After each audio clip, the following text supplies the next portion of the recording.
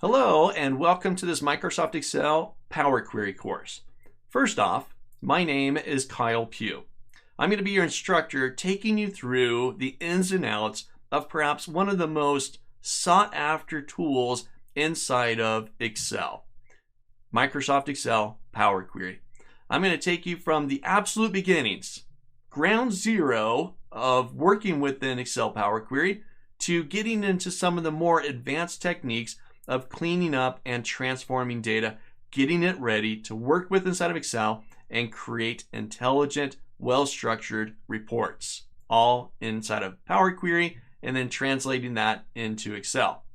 So I appreciate you taking the time and joining me during this course. I know you're going to find the information helpful, and really it's going to be something that you're going to find you can't do without. You're going to get data from multiple sources. Some of that data is going to look good, some of it not so good. What are you going to do? How are you going to clean that up? Well, let me introduce you into the world of Power Query to help you create and manage your data. So once again, I appreciate you joining me in the course. Get ready. I'm going to introduce you into the topics and how this course is going to be structured.